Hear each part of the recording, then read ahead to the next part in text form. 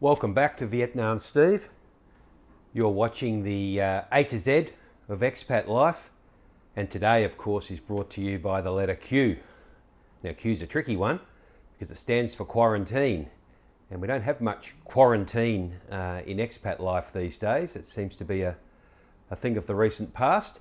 However, it's an important thing to consider, and a couple of things I wanted to suggest to you today was one about understanding the various diseases that you might come across in your travels and what the necessary prevention could be.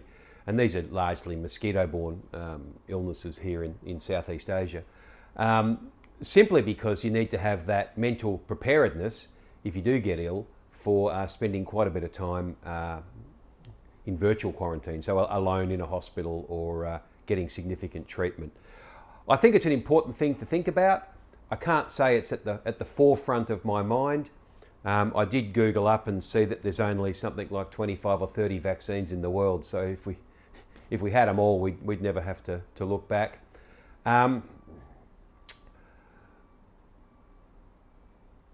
When I was coming to Vietnam at the end of the plague, there were some quite interesting quarantine arrangements here where you'd stay in a hotel and the actual staff would stay in the hotel as well. So it was sort of a bubble, but it was a 2-week thing.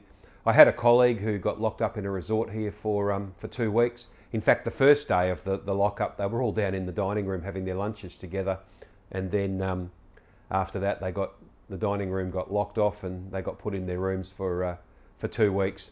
They had to check in on an app when he went to Japan and make sure that you were mentally okay as well. He went to Japan for 2 weeks and had 1 week of quarantine. He had to renew his Japanese visa.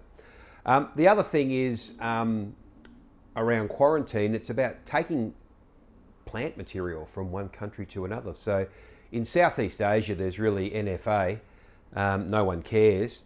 In Australia, we can't bring a peanut into Australia. They'd have a hissy fit for sure. Coming here, we brought plums from the plum tree at home, straight into Vietnam, eating them on the table here now. We brought chilies. We're going to plant the chilies in the garden.